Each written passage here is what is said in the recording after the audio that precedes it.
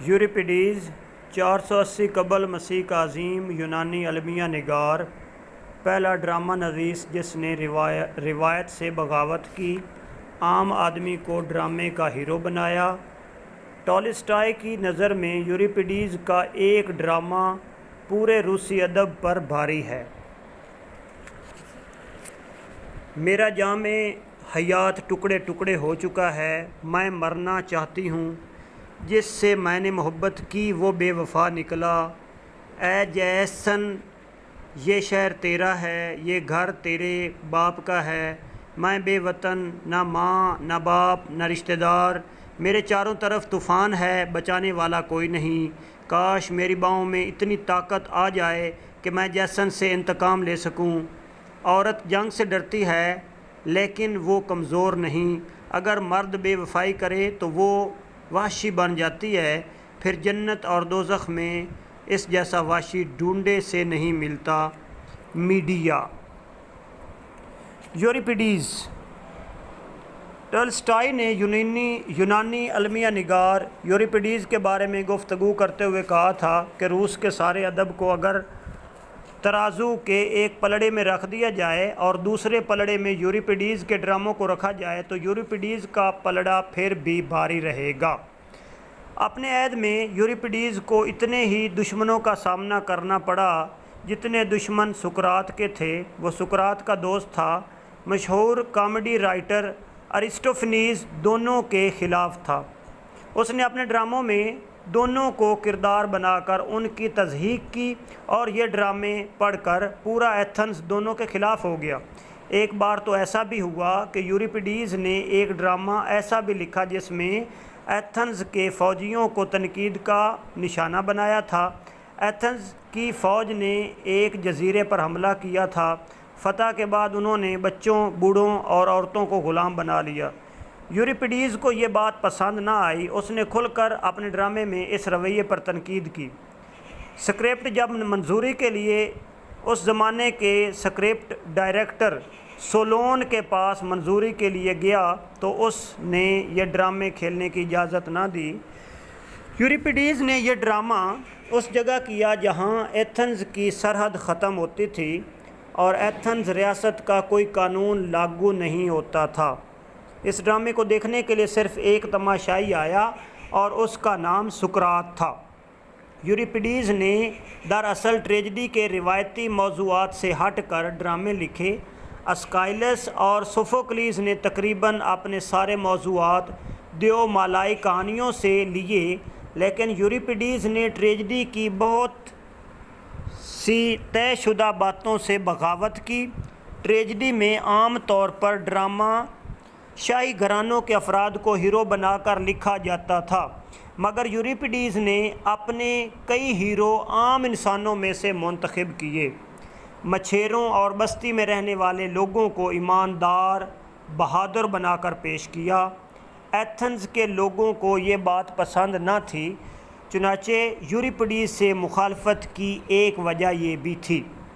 یوریپیڈیز عورتوں کے کرداروں میں فطری کمزوریاں اور خامیاں نکال کر ڈرامے میں پیش کرنے کا عادی تھا، چنانچہ ایتھنز کی عورتیں اس کے خلاف ہو گئیں اور سارے شہر میں اسے برا شوہر کے نام سے مشہور کر دیا، شاید اس لیے بھی کہ اس نے 2 شادیاں کیں اور وہ دونوں سے نباہ نہ کر سکا۔ ارسطوفنیز نے تو ایک ڈرامے میں اسے یوں پیش کیا کہ عورتیں ایک میٹنگ میں اس پر مقدمہ چلاتی ہیں اور پھر اسے موت کی سزا دے دیتی ہیں۔ اس میٹنگ میں یوریپیڈیز عورتوں کا لباس پہن کر آتا ہے اور عورتیں اسے مارتی ہیں۔ یوریپیڈیز 480 قبل مسیح میں پیدا ہوا۔ اس کا تعلق ایک مالدار گھرانے سے تھا۔ یہ المیہ نگاری کا آخری بڑا ڈرامہ نگار تھا۔ اس کا عہد سوفوکلیز کے بعد شروع ہوتا ہے۔ کہا جاتا ہے کہ اس نے 95 ڈرامے لکھے، لیکن ان میں سے 19 ڈرامے مل سکے ہیں۔ ان کے نام کچھ یوں ہیں: السسٹس، میڈیا، ہیراکلیڈے،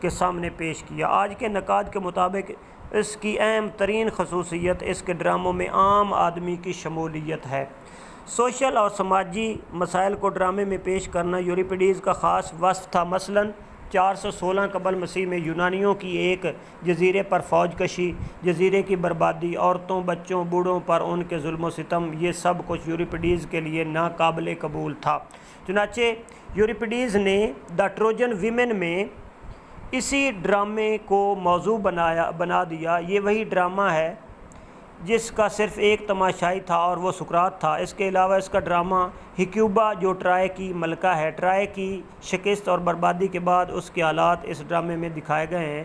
یونانیوں نے فتح کے بعد ٹرائے کی عورتوں کو کس طرح تقسیم کیا، غلام اور لونڈیاں بنا کر اپنے اپنے حصے میں شامل کیا، یہ سب کچھ اس ڈرامے کا حصہ ہے، اور اس میں وہ طنز اور تنقید بھی ہے جو یوریپیڈیز یونانی فوجیوں پر کرتا ہے۔ یوریپیڈیز کا ڈرامہ ہیلن اگرچہ کمزور ڈرامہ ہے، لیکن اس میں یوریپیڈیز نے ہیلن پر لگے سارے الزام دھو دیے ہیں۔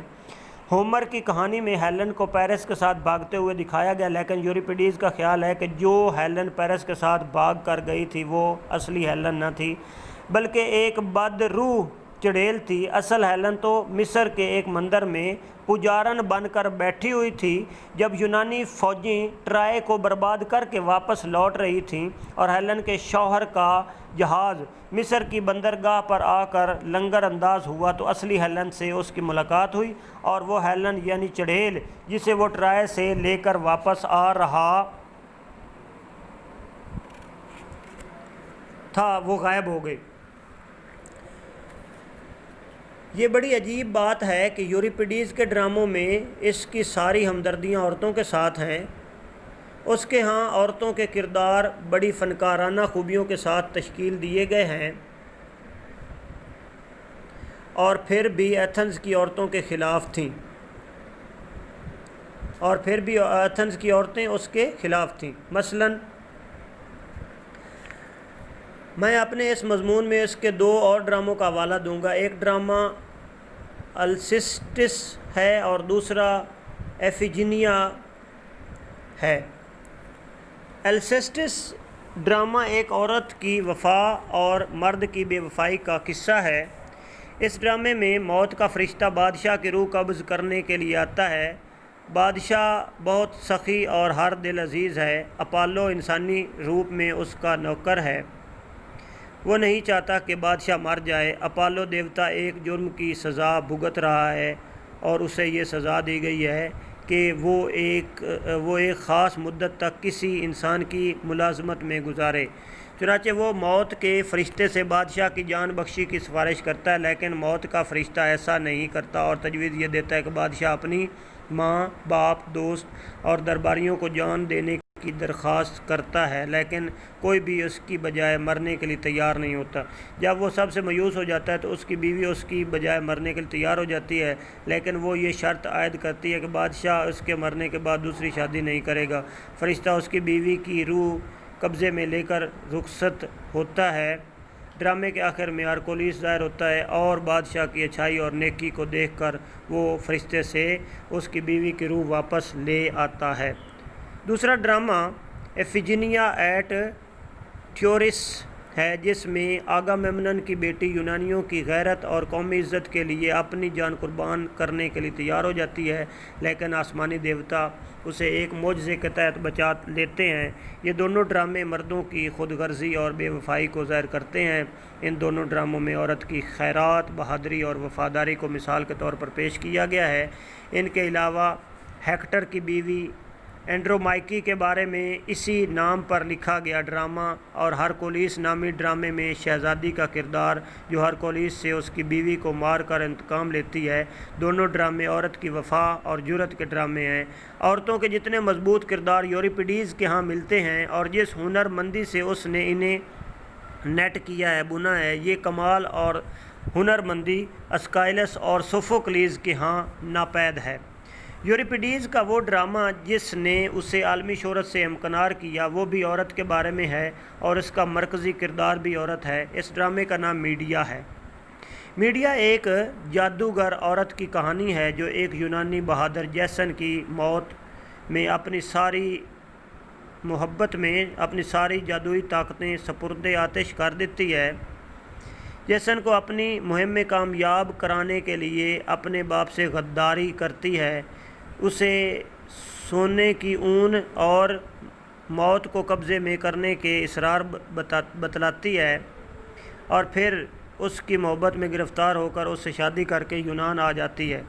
جیسن یونان واپس آتا ہے اور اپنی کھوئی ہوئی سلطنت کو حاصل کرتا ہے، کیونکہ سلطنت واپس لینے کی یہی شرط تھی کہ وہ دور دراز علاقے سے موت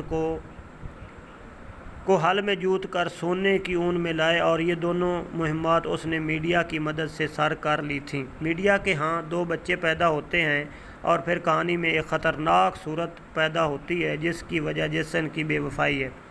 جیسن کو بادشاہ کریون یہ لالچ دیتا ہے کہ وہ اس کی بیٹی کے ساتھ شادی کرے تو وہ اسے اپنی حکومت میں بھی حصہ دار بنا لے گا۔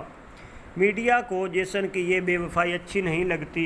سونے پہ سہاگا یہ کہ کریون میڈیا کو جلا وطن کرنے کی بھی شرط عائد کرتا ہے، جس پر جیسن راضی ہو جاتا ہے۔ میڈیا کو اس بات کا بہت دکھ ہوتا ہے اور اس کی محبت شدید نفرت میں بدل جاتی ہے۔ جب اس سازش کی خبر محل میں پہنچتی ہے تو اس کی نوکرانی کہتی ہے، نوکرانی مرد اور عورت جب ایک گیت پر تھرکتے ہیں تو زخم مندمل ہو جاتے ہیں۔ اب ہر طرف نفرت ہے۔ جیسن اپنے بچوں اور میڈیا کو چھوڑ رہا ہے اور کریون کی بیٹی سے شادی کر رہا ہے جو تخت کی وارث ہے۔ میڈیا نے جیسن کی بات سن کر اس کی بے وفائی دیکھ کر آنکھ نہیں اٹھائی۔ وہ اداس ہے، وہ تنہائی میں بیٹھی اپنے باپ اور اپنے وطن کو یاد کر رہی ہے۔ کہیں وہ اپنے کمرے میں جان نہ دے دے جہاں جیسن کا بستر لگا ہوا ہے۔ اس نے ایک خنجر چھپا کر رکھا ہے، کہیں وہ بادشاہ اور دلہن کو قتل نہ کر دے۔ ادھر کمرے میں میڈیا اداس ہے اور بیٹھی آنسو بہا رہی ہے۔ اسے جیسن کے ساتھ گزارا ماضی یاد آ رہا ہے اور وہ پرانی یادوں میں کھوئی ہوئی ہے۔ میڈیا، میرا جام حیات ٹکڑے ٹکڑے ہو چکا ہے، میں مرنا چاہتی ہوں۔ جس سے میں نے محبت کی وہ بے وفا نکلا۔ اے جیسن، یہ شہر تیرا ہے، یہ گھر تیرے باپ کا ہے، میں بے وطن، نہ ماں نہ باپ نہ رشتہ دار، میرے چاروں طرف طوفان ہے، بچانے والا کوئی نہیں۔ کاش میری باہوں میں اتنی طاقت آ جائے کہ میں جیسن سے انتقام لے سکوں۔ عورت جنگ سے ڈرتی ہے لیکن وہ کمزور نہیں، اپنی حق تلفی برداشت نہیں کرتی۔ اگر مرد بے وفائی کرے تو عورت وحشی بن جاتی ہے، پھر جنت اور دوزخ میں اس جیسا وحشی ڈھونڈے سے نہیں ملتا۔ اور پھر میڈیا پر ایک وحشت سوار ہوتی ہے، اس کی ساری محبت نفرت میں تبدیل ہو جاتی ہے۔ کریون بادشاہ اس سے ملنے کے لیے آتا ہے، وہ اس سے صرف 2 دن کی مہلت مانگتی ہے۔ 2 دن کے بعد وہ اپنے بچوں کو ساتھ لے کر یہ ملک چھوڑ دے گی۔ بادشاہ خطرہ محسوس کرتا ہے کہ کہیں میڈیا اسے اور اس کی بیٹی کو کوئی نقصان نہ پہنچا دے، لیکن میڈیا چال چلتی ہے اور اس سے کہتی ہے کہ میں وعدہ کرتی ہوں کہ میں ایسی کوئی حرکت نہیں کروں گی۔ بادشاہ کے جانے کے بعد جیسن اس سے ملنے کے لیے آتا ہے، وہ اس کے سامنے اپنے دل کی بھڑاس نکالتی ہے۔ میڈیا، میرے دشمن بے وفا، تجھے میرے پاس آنے کی جرت کیسے ہوئی؟ تیری محبت نے مجھے دھوکہ دیا۔ انسان کی بدترین عادت، بدترین مرض یہ ہے کہ اسے شرم نہ آئے۔ میں نے تیری زندگی بچائی، تیرے آرگو جہاز کے آدمی گواہ ہیں۔ اسی لمحے جب تجھے ان سانڈوں کے پاس بھیجا گیا جن کے منہ سے آگ نکلتی تھی اور تو موت کی زمین جوتنے گیا تھا، میں نے تیری مدد کی، اس قدیم اژدہا کو ختم کیا جو سنہری اون کا نگران تھا اور جس کی آنکھیں نیند سے واقف نہ تھیں، اور تو نے مجھے اپنی زندگی سے نکال پھینکا۔ میں تیرے بچوں کی ماں ہوں۔ کیا عہد اور وعدے اتنے کمزور ہوتے ہیں؟ جیسن اس کے سامنے اقرار کرتا ہے کہ وہ شادی کر رہا ہے، لیکن وہ شہزادی کے لیے شادی نہیں کر رہا، سلطنت کی حدود میں وسعت کے لیے شادی کر رہا ہے تاکہ ہمارے بچے بڑے ملک کے وارث بن سکیں۔ میں بادشاہ سے کہہ کر تیری جلا وطنی کی سزا معاف کرا دوں گا۔ میڈیا کے ذہن میں ایک منصوبہ بنتا ہے اور وہ جیسن سے ایک چال چلتی ہے۔ اور اس سے اجازت لیتی ہے کہ وہ اپنے بچوں کو کچھ تحفے میں دے کر نئی دلہن کے پاس بھیجے تاکہ دلہن کا دل موم ہو سکے اور وہ اس کی سزا ختم کرا سکے۔ جیسن اس بات کی اجازت دیتا ہے اور پھر میڈیا ایک عروسی لباس اپنے بچوں کے ساتھ نئی دلہن کے پاس بھیجتی ہے۔ اس لباس میں میڈیا نے ایک ایسا زہر ملا دیا جو پہننے والے کو پل بھر میں موت کی گود میں لے جائے گا، اور جو اسے ہاتھ بھی لگائے گا وہ بھی موت کے منہ میں آ جائے گا۔ بچے عروسی جوڑا دلہن کو دے کر واپس آتے ہیں۔ اس دوران میڈیا نے دیوتاؤں سے ایک اڑان گاڑی رو رو کر مانگ لی تھی۔ جب بچے واپس آتے ہیں تو وہ انہیں کمرے میں لے جاتی ہے اور دل پر پتھر رکھ کر دونوں بچوں کو ختم کر دیتی ہے۔ اس دوران جیسن واپس آتا ہے کیونکہ دلہن زہریلا لباس پہن کر مر چکی ہے۔ اس بات کی اطلاع نوکر میڈیا کو دیتا ہے۔ نوکر دلہن نے لباس زیب تن کیا، فوراً اس کے رخسار زرد پڑ گئے، اس نے چیخ ماری، سفید جھاگ منہ سے نکلنے لگا، وہ زمین پر گر گئی۔ اب وہ ایک لاش تھی، ہڈیوں سے گوشت جدا ہو رہا تھا، جیسے گوند کے پیڑ سے گوند باہر آ رہا ہو۔ کوئی نہیں جانتا تھا کہ شاہی رخسار کہاں تھے، اس کی آنکھیں کہاں تھیں، اور پھر اس نے دم توڑ دیا۔ بادشاہ نے ہاتھ لگایا تو وہ بھی دم توڑ گیا۔ اب بیٹی اور باپ دونوں ساتھ ساتھ مرے پڑے ہیں۔ میڈیا بہت خوش تھی۔ جیسن آیا تو وہ جادو کی گاڑی پر بیٹھی ہوئی تھی اور بچوں کی لاشیں گاڑی میں رکھی ہوئی تھیں۔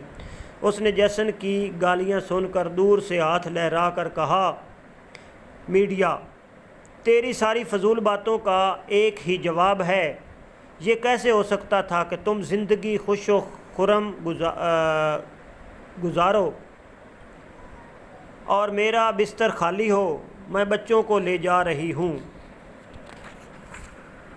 میں انہیں آسمان کی چار دیواری میں دفن کروں گی تاکہ کوئی ان کی قبر نہ توڑ سکے۔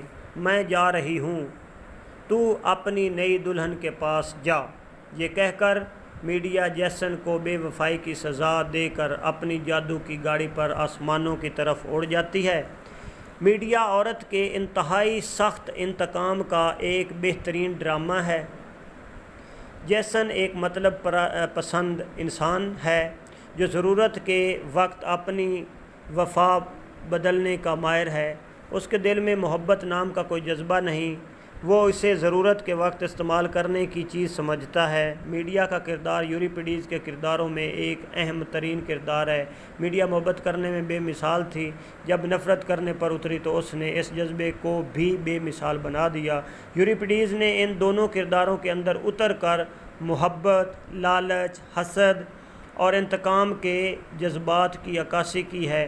میڈیا ایک ایسی عورت ہے جس نے محبت کے لیے گھر بار چھوڑا، باپ، ملک اور رشتہ داروں کو ایک شخص کے لیے دھوکہ دیا۔ جب اس شخص نے اس سے بے وفائی کی تو وحشی بن کر اس کا گھر اجاڑ دیا اور خود بھی برباد ہو گئی۔ آج بھی جب اخباروں میں اس عورت کی خبر چھپتی ہے جو خاوند کی بے وفائی سے تنگ آ کر بچوں سمیت دریا میں کود جاتی ہے تو مجھے میڈیا کے زندہ ہونے کا یقین آ جاتا ہے۔ ارسطو نے ٹھیک کہا ہے، سوفوکلیز اور اسکائلس نے اپنے کرداروں میں انسانوں کو ایسا دکھایا جیسا انہیں ہونا چاہیے، لیکن یوریپیڈیز نے انہیں ایسا دکھایا جیسے وہ ہیں۔